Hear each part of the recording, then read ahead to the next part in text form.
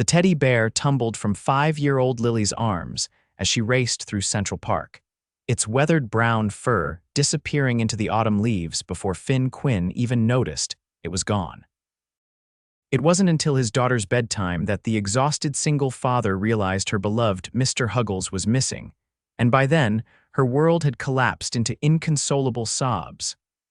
"I can't sleep without him, Daddy," Lily cried, her small face blotchy and wet with tears. "Mr. Huggles keeps the monsters away."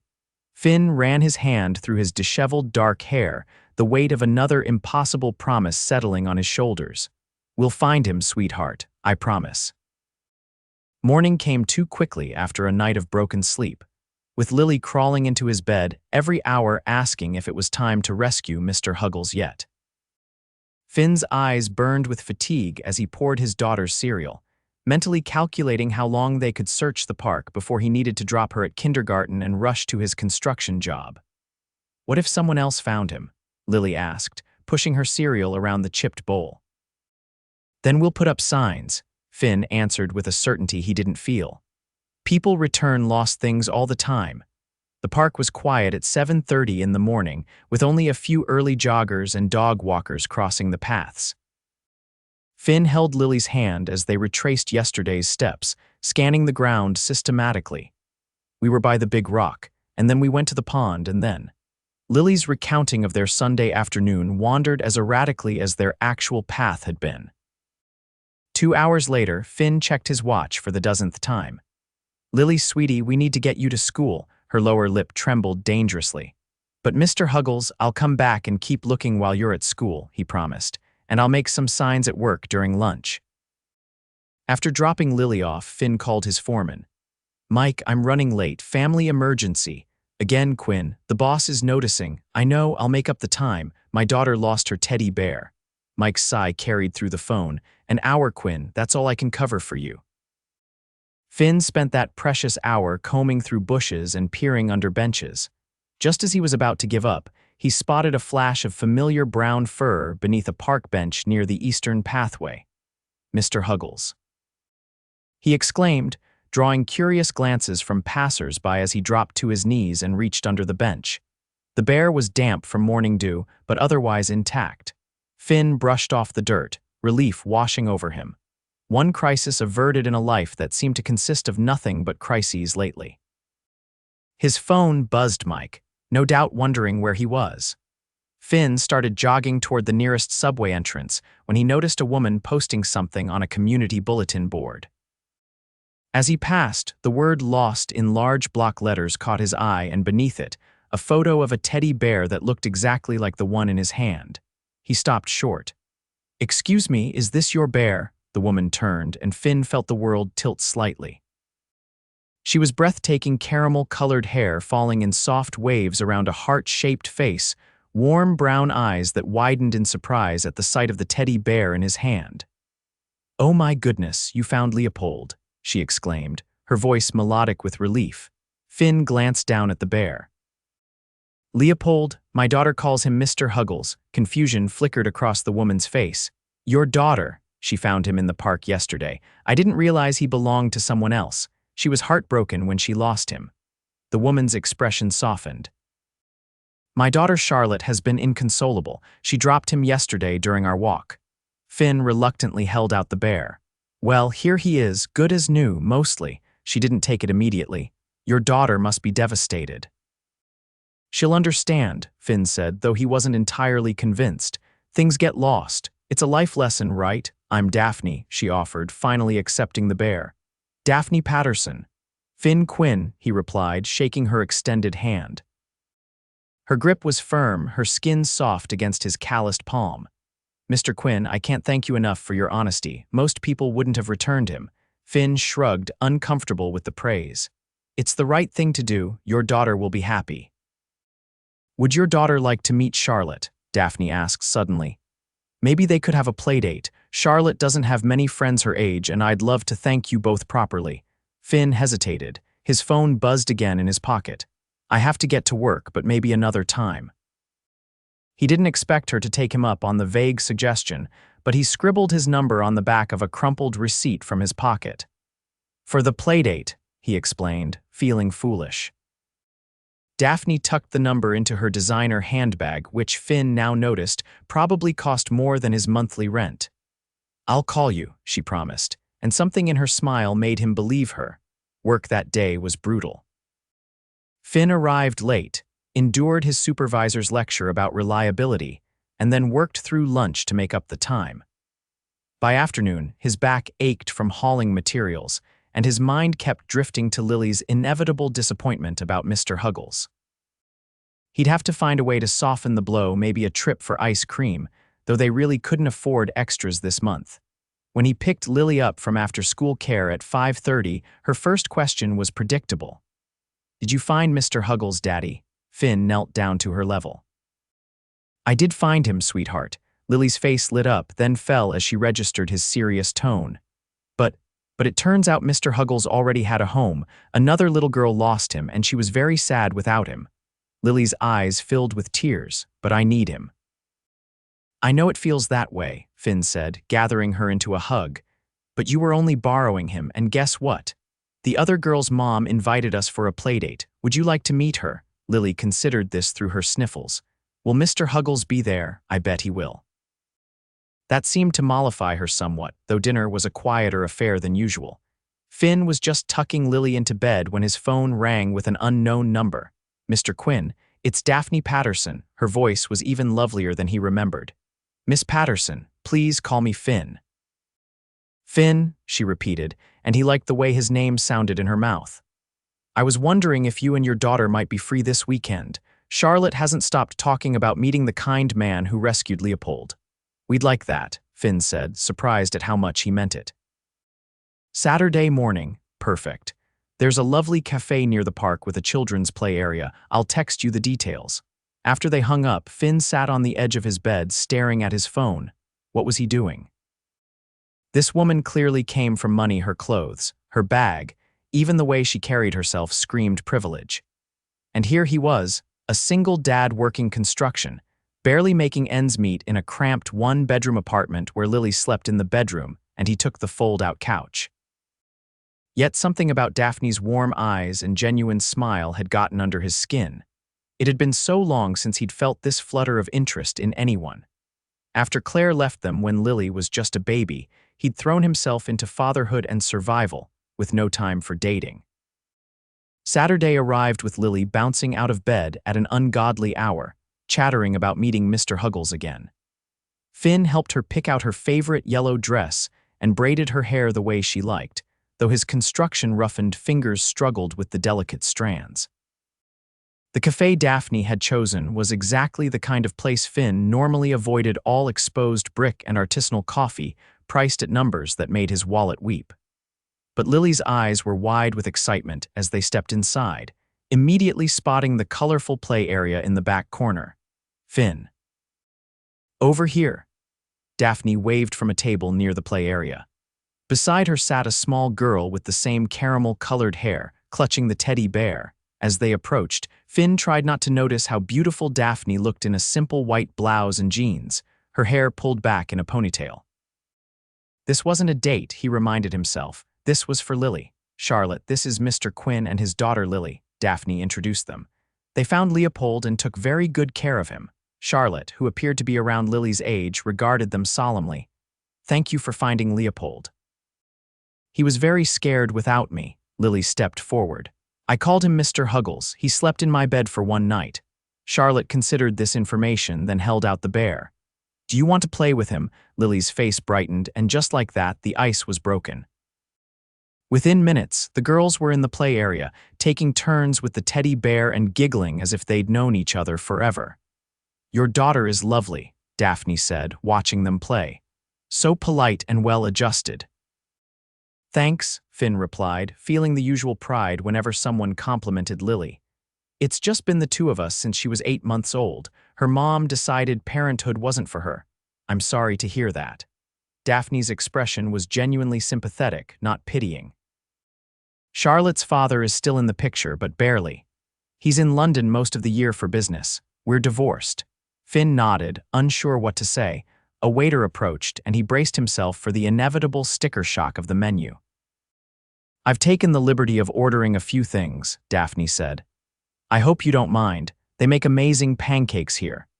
Before Finn could protest, a parade of plates arrived at their table, stacks of fluffy pancakes, fresh fruit, crispy bacon, and orange juice for the girls. His mouth watered traitorously. This is too much, he began, but Daphne waved away his concern. Please, it's the least I can do after your honesty with Leopold. Most people would have kept him.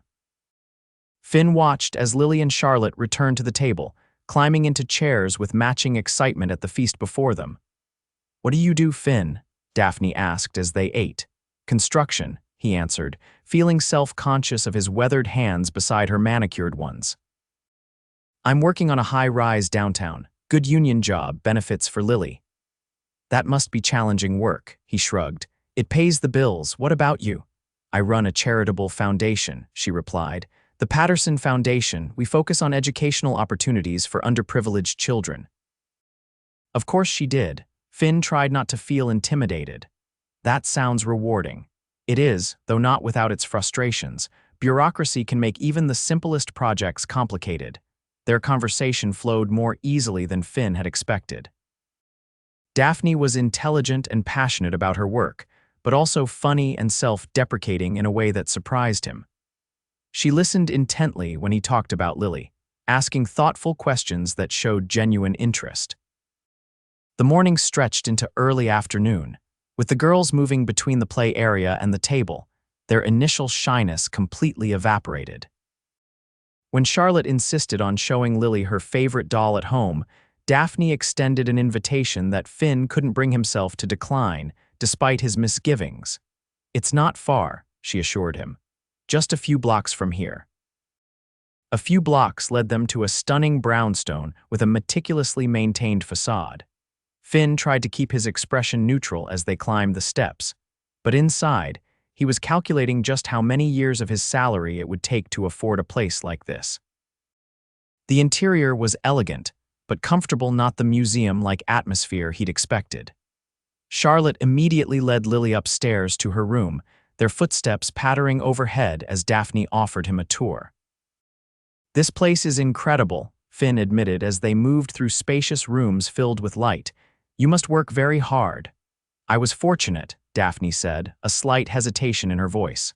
My parents built the foundation. I inherited both the responsibility and the means to continue their work when they passed away. So she hadn't just been born wealthy, she was extremely wealthy. Finn felt the gulf between them widen into an unbridgeable chasm. I should probably get Lily home soon, he said, suddenly eager to escape. I have some errands to run. Disappointment flickered across Daphne's face. Of course, let me call the girls down. Watching Lily say goodbye to her new friend, Finn felt a pang of guilt. His daughter had few opportunities for playdates like this, and Charlotte seemed to be a good influence. We should do this again, Daphne suggested as they stood at the door. The girls get along so well. They do, Finn agreed, unable to deny the truth of it. Maybe next weekend. Something simple, like the park. Daphne's smile lit up her face. I'd like that very much. One playdate turned into 2, then 3, then weekly meetings that stretched into the evening hours. Despite his initial reservations, Finn found himself looking forward to seeing Daphne as much as Lily anticipated playing with Charlotte. There was something refreshingly genuine about her, a lack of pretension that defied his expectations. It was during their 5th meeting, watching the girls feed ducks at the park pond, that Daphne brushed her hand against his on the bench they shared. The contact sent an electric current up his arm, and when he turned to look at her, the longing in her eyes matched the feeling that had been growing in his chest. Finn, she began, her voice soft. I've been thinking, Daddy, Charlotte pushed me. Lily's indignant cry interrupted whatever Daphne had been about to say. The moment shattered as they both jumped up to referee the squabble, which resolved itself before they even reached the girls. Later, as they walked the children to a nearby ice cream stand, Daphne fell into step beside him. Would you like to have dinner sometime? She asked, her eyes focused on the path ahead. Just the two of us, Finn's heart stuttered. Like a date, her smile was both nervous and hopeful. Exactly like a date, I'd like that, he admitted, but I don't know who would watch Lily. My regular sitter is a college student with a full schedule. I could arrange something, Daphne offered. My housekeeper adores children. Charlotte could have a sleepover at my place, and Mrs. Hanson would look after both girls. The solution was so simple, so easy in Daphne's world, where money smoothed over logistical problems. A part of Finn bristled at the reminder of their different circumstances, but a larger part was just grateful for the opportunity. Friday, he suggested. Friday, she agreed, and the smile they shared held promises neither of them had spoken aloud. Finn spent the week alternating between anticipation and anxiety. What did one wear to dinner with a millionaire? His nicest clothes were woefully inadequate, but a shopping trip would strain his already tight budget. In the end, he settled for his one good dress shirt and a pair of dark jeans, freshly washed and pressed. Friday evening, he dropped Lily off at Daphne's brownstone, where Charlotte greeted her with squeals of excitement about their planned movie night with Mrs. Hanson. Watching his daughter disappear upstairs without a backward glance, Finn felt a mixture of relief and wistfulness. She was growing so fast, becoming her own person. "You look handsome," Daphne said, appearing in the hallway in a simple black dress that somehow managed to be both elegant and approachable. "You're beautiful," Finn replied honestly. "Where are we going?" "I thought we'd try Giovanni's. It's a little Italian place around the corner. Nothing too fancy, but the food is incredible." Nothing Too Fancy turned out to be a cozy, candlelit restaurant where the owner greeted Daphne by name and ushered them to a secluded corner table. Finn relaxed as they settled in, the intimate atmosphere encouraging conversation. Over plates of homemade pasta, they talked about everything and nothing, their childhoods, hers privileged but lonely, his modest but warm. Their dreams for their daughters, even their favorite movies. Daphne laughed at his dry humor, and Finn found himself captivated by the animated way she described her foundation's latest project, helping inner-city schools establish robust arts programs. "What about you?" she asked, twirling pasta around her fork. "What dreams did you have before life took its turns?" Finn considered the question, surprised by his willingness to share. "I wanted to be an architect. I was good at math and loved design, had a scholarship to a decent state school. Then my dad got sick my senior year of high school and I needed to help support the family. Construction paid well, so." "You never went back to school." "Life happens," Finn shrugged. "Then I met Claire and Lily came along and priorities shifted. No regrets though, Lily's worth everything." Daphne's eyes held his across the table. "You're a remarkable father, Finn. The way you put her first, always. It's rare." Something in her tone made him wonder about Charlotte's father, but he didn't press. Instead, he asked about her foundation, and the conversation flowed into safer waters. After dinner, they walked through the neighborhood, the autumn evening crisp but not cold. Their hands brushed once, twice, and then Daphne linked her fingers with his. Her hand was warm and fit perfectly in his grasp. "I haven't done this in a long time," Finn admitted, gesturing between them with his free hand. "Dating, I'm probably rusty. If this is you rusty, I'm curious what you're like polished," Daphne replied with a smile that made his heart race. "I haven't exactly been dating much either. Between Charlotte and the foundation, there hasn't been time, or maybe that was just an excuse." They stopped at a small park, deserted at this hour except for a few dog walkers in the distance. Sitting on a bench beneath a street lamp, Finn turned to face her. "Daphne, I need to ask something. Does it bother you, the difference in our situations? Because I can't help feeling it should matter more than it seems to." She studied him for a long moment. "Does it bother you?" "Sometimes," he admitted. "I wonder what someone like you sees in someone like me. Someone like you." Her voice held a hint of challenge. "You mean someone honest, hardworking, devoted to his child, kind, funny, and handsome." Put like that, it sounded ridiculous. Finn felt heat creep up his neck. "I meant financially, our worlds are so different. Money is just circumstance," Daphne said, her hand tightening around his. "It doesn't define who a person is.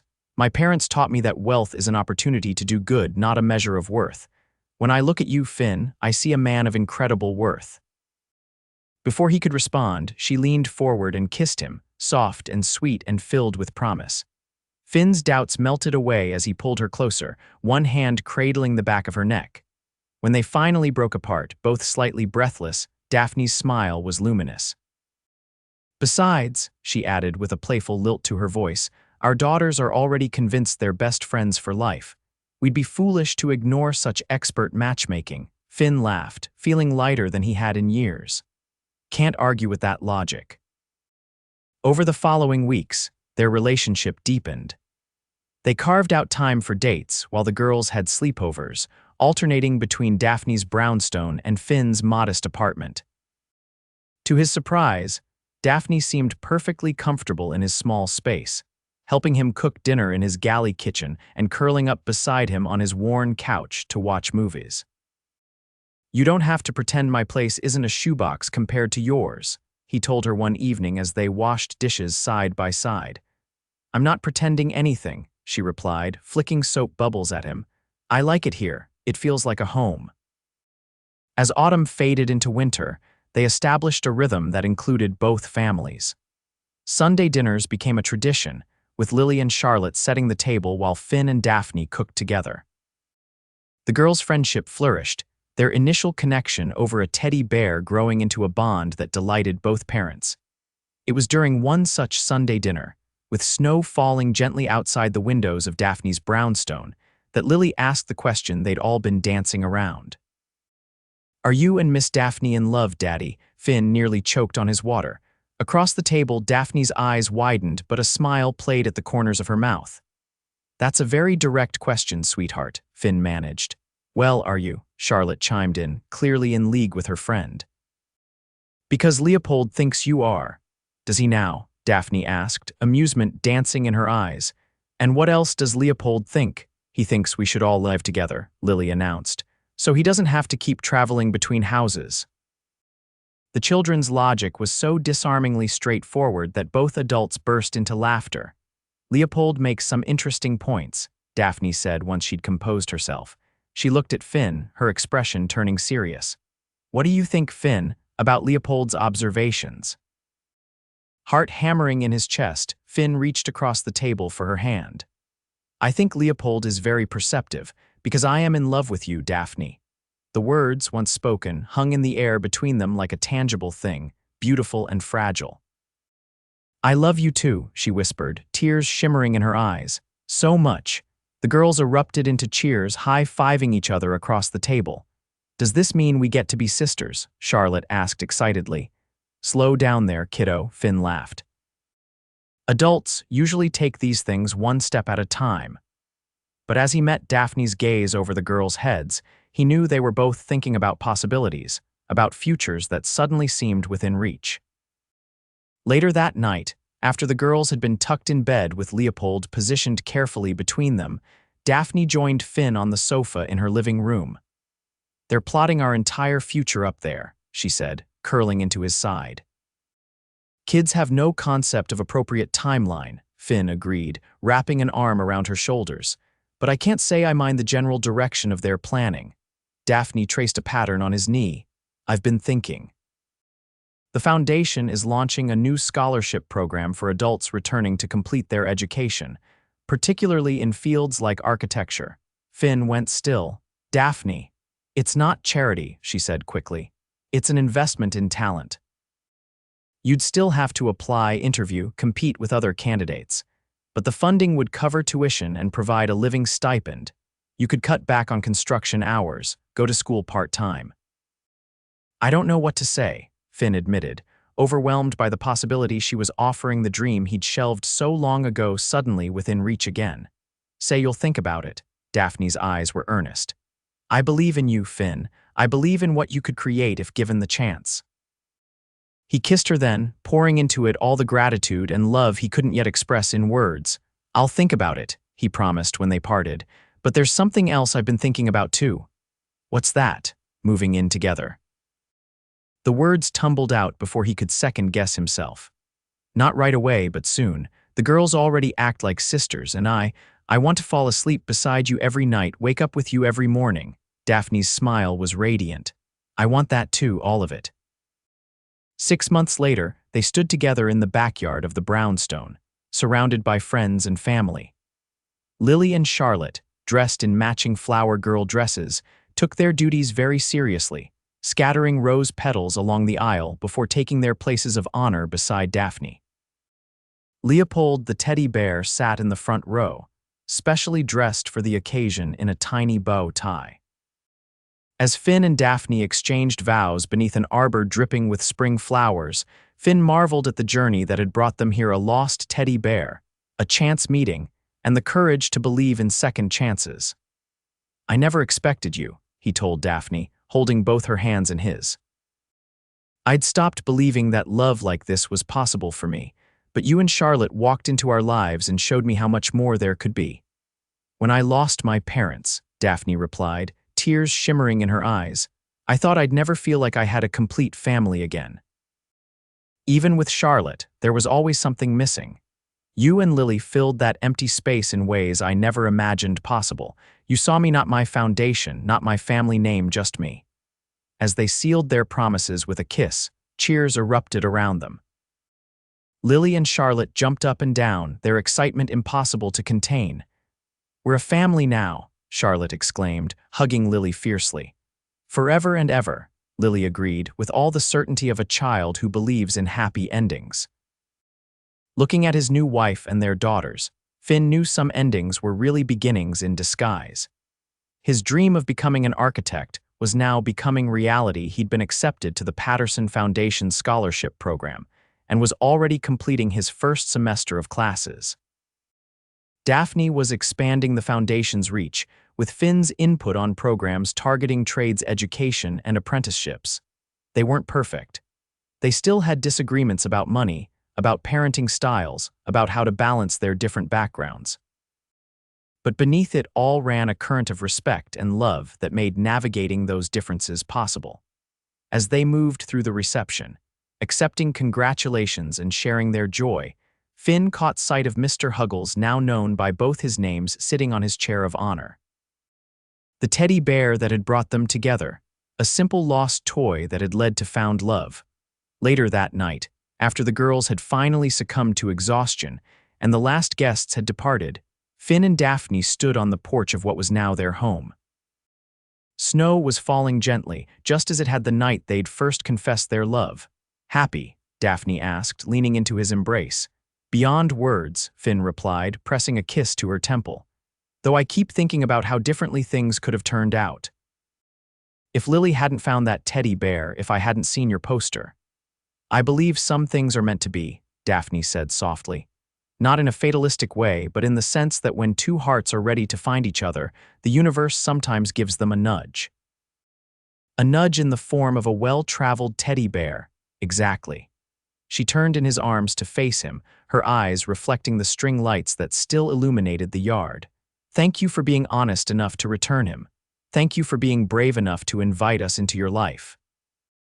As they sealed this new promise with a kiss, snow continuing to fall gently around them, Finn knew with absolute certainty that the greatest treasures in life weren't things you could buy or achievements you could list. They were moments like these, built on love, trust, and the courage to believe in second chances. And sometimes, just sometimes, those chances came in the form of a lost teddy bear and the unexpected journey to find where it truly belonged.